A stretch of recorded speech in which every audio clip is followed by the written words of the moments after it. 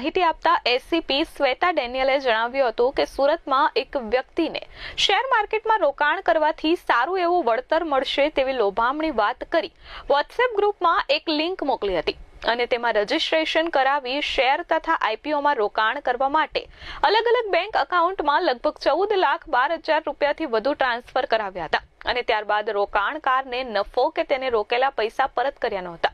જેથી તેમણે સાયબર ક્રાઇમમાં ગુનો નોંધાવ્યો હતો। આ ગુનામાં અગાઉ પોલીસે 2 આરોપીઓની ધરપકડ કરી હતી અને આજે વધુ એક આરોપીની ધરપકડ કરી છે। પોલીસે અગાઉ રાજ ઉર્ફે પિન્ટુ બાલુદાસ વૈષ્ણવ અને કમલેશ નાનાલાલ જાટની ધરપકડ કરી હતી। આજે વિમલ વલ્લભભાઈ સેલિયાની સાયબર ક્રાઇમ સેલે ધરપકડ કરી છે। આરોપીએ આ ગુનામાં ઉપયોગ થયેલ બેંક એકાઉન્ટ ગ્રાહક પાસેથી 70,000 રૂપિયામાં કમિશન પર મેળવ્યું હતું અને આ એકાઉન્ટ અગાઉ પકડાયેલા આરોપીને ટ્રાન્ઝેક્શનના 2% લેખે 1,40,000 રૂપિયામાં વાપરવા આપ્યું હતું। આરોપીઓ રોકાણકારને એક અજાણી વેબસાઇટ લિંક મોકલી તેમાં એલ્ટાસ ફંડ નામની એપ્લિકેશનમાં રજીસ્ટ્રેશન કરાવતા અને રોકાણ કરાવતા હતા અને પહેલી વખત ટ્રાન્સફરમાં 100 રૂપિયા નફા પેટે બેંક એકાઉન્ટમાં જમા કર્યા હતા અને ત્યારબાદ બાકીના પૈસા વિડ્રોલ કરવા નહીં દઈ ઠગાઈ આચરી હતી। હાલ તો પોલીસે આરોપીની ધરપકડ કરી વધુ તપાસ હાથ ધરી છે। પોલીસ કમિશનર શ્રી સુરત શહેર દ્વારા સાયબર ક્રાઇમ સેલને સુરત શહેરના નાગરિકોને સેફટી માટે સાયબર ક્રાઇમના ગુનાઓ અટકાવવા તથા જે ગુનાઓ નોંધાયા હોય તેમાં જે આરોપીઓ હોય તેમને ઝડપથી પકડી પાડવા સૂચના આપવામાં આવેલ। તે અંતર્ગત સાયબર ક્રાઇમ પોલીસ સ્ટેશનમાં અગાઉ નોંધાયેલ 47 નંબરનો ગુનો જેની અંદર ફરિયાદી સાથે કુલ 14,12,000 રૂપિયાનું ઇન્વેસ્ટમેન્ટ ફ્રોડ થયેલું હતું, જેમાં અગાઉ 2 આરોપીઓ રાજ ઉર્ફે પિન્ટુ જયરામદાસ વૈષ્ણવ તથા કમલેશ નાનાલાલ જાટ વગેરેને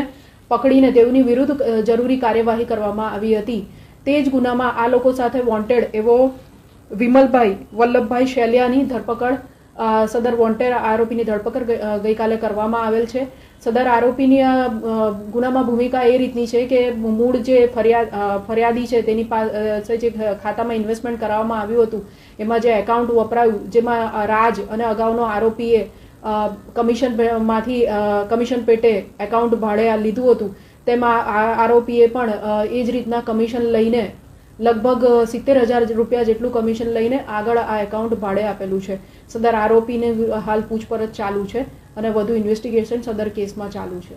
બીજા બનાવ અંગે માહિતી આપતા શ્વેતા ડેનિયલે જણાવ્યું હતું કે આ ગુનામાં પણ આરોપીઓએ રોકાણકારને શેર માર્કેટમાં રોકાણ કરવાથી સારું એવું વળતર મળશે તેવી લોભામણી વાત કરી હતી અને લિંક દ્વારા રજીસ્ટ્રેશન કરાવી શેર તથા આઈપીઓમાં રોકાણ કરવા માટે અલગ અલગ બેંક એકાઉન્ટમાં લગભગ 35,31,000 રૂપિયા ટ્રાન્સફર કરાવી નફો કે રોકેલા રૂપિયા પરત ન કરી ઠગાઈ આચરી હતી, જેથી ભોગ બનનારે સુરત સાયબર ક્રાઇમ સેલમાં ફરિયાદ નોંધાવી હતી, જેના આધારે પોલીસે 2 આરોપીઓની ધરપકડ કરી છે। પોલીસે પ્રદુમ રામકૃપાલ પાંડે અને પ્રતિક પ્રફુલ વસાવાની ધરપકડ કરી છે। પકડાયેલ આરોપી પ્રદુમ પોતાના નામનું નવું બેંક એકાઉન્ટ ખોલાવી તે બેંક એકાઉન્ટ 30,000 રૂપિયા કમિશન લઈ આરોપી પ્રતિકને આપતો હતો અને આરોપી પ્રતિક આ બેંક એકાઉન્ટ પ્રેમ નામના વ્યક્તિને કમિશન લઈને આપતો હતો। આ ગુનામાં તારીખ 2/4/2024 થી 11/6/2024 દરમિયાન અલગ અલગ મોબાઈલ નંબર તથા અલગ અલગ વોટ્સએપ ગ્રુપના એડમિન તથા એકાઉન્ટ ધારકોએ રોકાણકારને વોટ્સએપ પર શેર ટ્રેડિંગ કરવાથી સારું એવું વળતર મળશે તેવા લોભામણા મેસેજ કરી વોટ્સએપ ગ્રુપમાં એડ કર્યા હતા અને તે ગ્રુપમાં શેર માર્કેટમાં ઇન્વેસ્ટ કરવાથી સારું એવું વળતર મળશે તેવા મેસેજ કર્યા હતા। બાદમાં રોકાણકારને વોટ્સએપ પર શેરખાન મેક્સ નામની એપ્લિકેશનની લિંક મોકલી એપ્લિકેશન ડાઉનલોડ કરાવતા અને તેમાં રજીસ્ટ્રેશન કરાવી ટ્રેડિંગ એકાઉન્ટ જનરેટ કરાવી આ એપ્લિકેશન મારફતે અલગ અલગ શેર અને આઈપીઓમાં ઇન્વેસ્ટ કરવા જણાવ્યું હતું। તેમાં રોકાણકારે અલગ અલગ બેંક એકાઉન્ટમાં કુલ 36,55,000 રૂપિયા ટ્રાન્સફર કર્યા હતા। તેમાંથી શરૂઆતમાં નફા સાથે 1,24,000 રૂપિયા વિડ્રોલ કર્યા હતા। બાદમાં 35,31,000 રૂપિયા વિડ્રોલ નહીં કરવા દઈ રોકાણકાર સાથે આરોપીઓએ ઠગાઈ કરી હતી। પોલીસે આ ગુનામાં અલગ અલગ બેંક એકાઉન્ટમાં 4 લાખ રૂપિયા હાલ ફ્રીઝ કર્યા છે। હાલ તો આ અન્ય આરોપીઓ આ ગુનામાં સંડોવાયેલા છે કે કેમ તે દિશામાં પણ પોલીસે તપાસ હાથ ધરી છે। મહેરબાન પોલીસ કમિશનર શ્રી સુરત શહેર, સંયુક્ત પોલીસ કમિશનર શ્રી ક્રાઇમ તથા નાયબ પોલીસ કમિશનર શ્રી ક્રાઇમ બ્રાન્ચનાઓ દ્વારા સુરત શહેરના નાગરિકો ઇન્વેસ્ટમેન્ટ ફ્રોડ જેવા જે ફ્રોડ અત્યારે ચાલી રહ્યા છે એનો ભોગ ન બને તે માટે અને જો ખાસ સૂચના આપવામાં આવે તથા જો ભોગ બન્યા હોય તો તેઓને ન્યાય મળે તે માટે એફઆઈઆર નોંધી અને આગળની કાર્યવાહી કરવા, ઇન્વેસ્ટિગેશન કરવા અને આરોપીઓને પકડી પાડવા સૂચના આપવામાં આવેલ હતી. તે અનુસંધાને સાયબર ક્રાઇમ પોલીસ સ્ટેશનની અંદર ચાલુ વર્ષે 54 નંબરની એફઆઈઆર નોંધવામાં આવી હતી, જેમાં સુરત શહેરના રહેવાસી એક મહિલા સાથે